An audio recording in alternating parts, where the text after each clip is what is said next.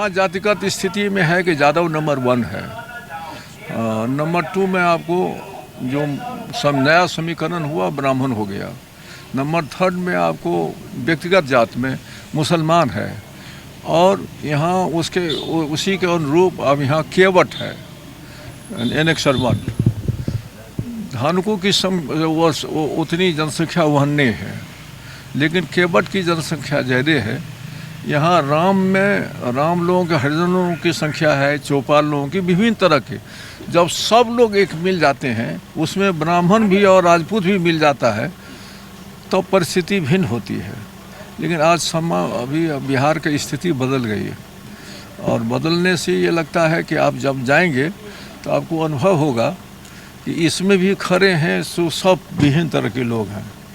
और हमारे लिए प्रांत के लोग आएंगे, आपको मैं बताता हूँ, और कोई वहीं के लोग नहीं रहेंगे। अब दरभंगा जिला में सब आदमी जिसको सवारी है वो भी आवेंगे, और नहीं है तो नहीं आवेंगे। तो कास्ट बेस पर वोट नहीं होना सब। देखिए, हमारा यह है कि कास्ट बेस पर में नहीं, बल्कि इस मामला में हमारा व्यक्तिगत सेक्रीफाइस भी एक काउंट करेगा।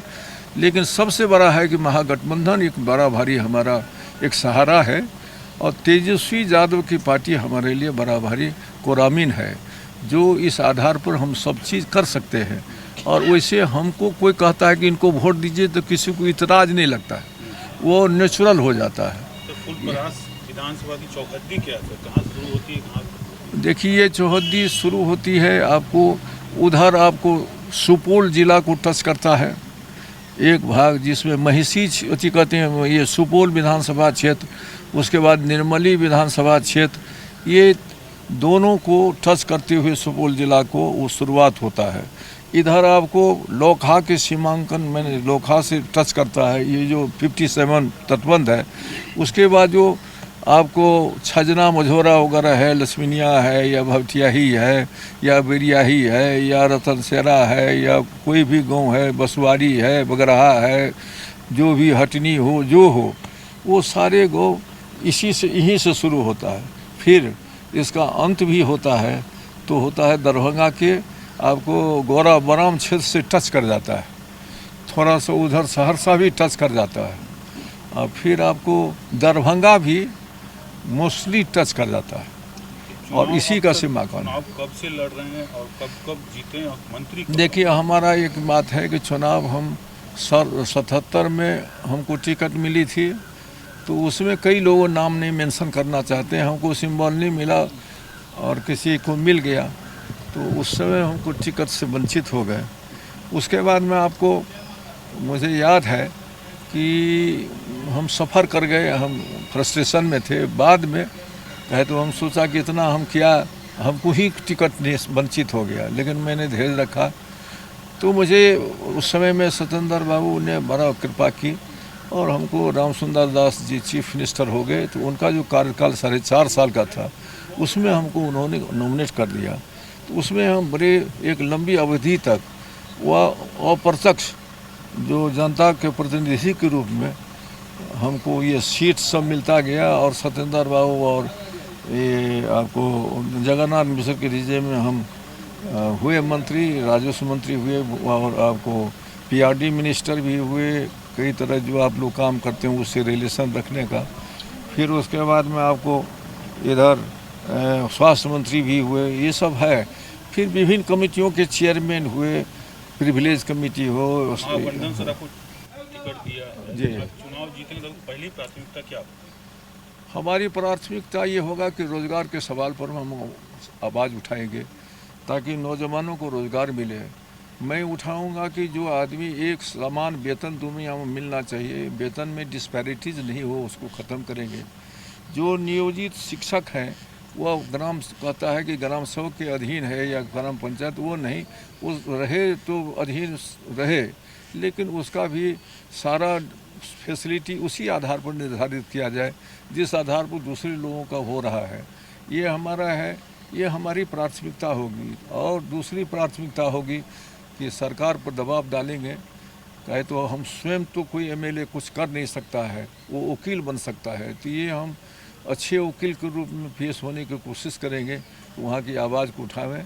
और जो बाढ़ से ग्रस्त है या मिथिलांचल के विभिन्न क्षेत्रों में, खास करके फुलपरास में भूतही बलान हो या कोई हो, तो उसको हम चाहेंगे कि नेपाल सरकार से केंद्र सरकार मिल करके इसका अस्थायी निदान ढूंढे, ताकि यहाँ सिंचाई का संचयन भी किया जा सके सिंचाई के लिए, दूसरा बिजली का उत्पादन भी किया जा सकते, और फिर कई तरह की लाभ उससे लिया जा सकता है, और यहाँ बाढ़ से भी बचाया जा सकता है। इसलिए मैं समझता हूँ ये हो।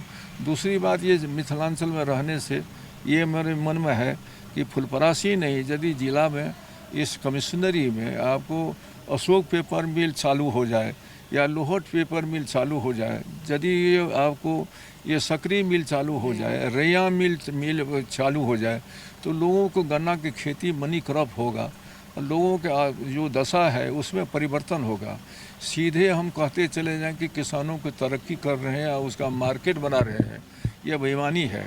इसलिए कि उनका इंफ्रास्ट्रक्चर है ही नहीं।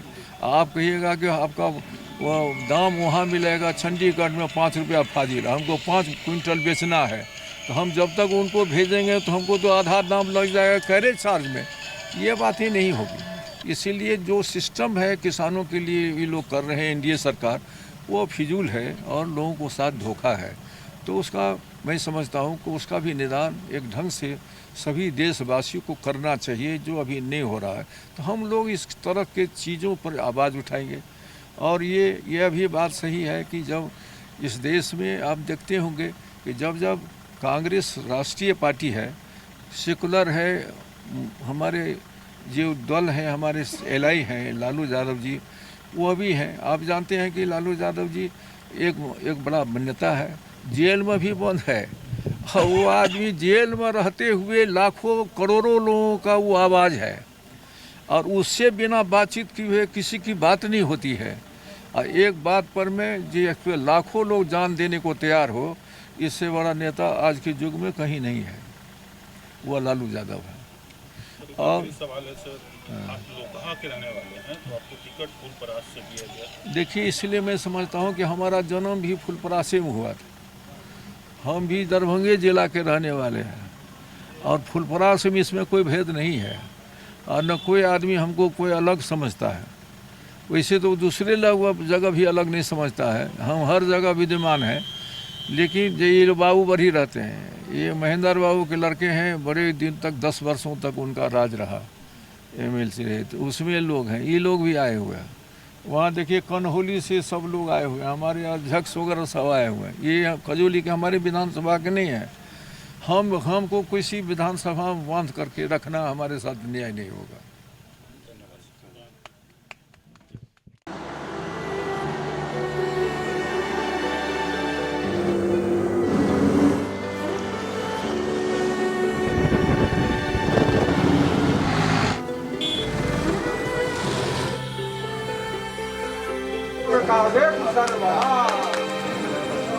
अरे हमारा रुमाल लो, उसमें दोनों रुमाल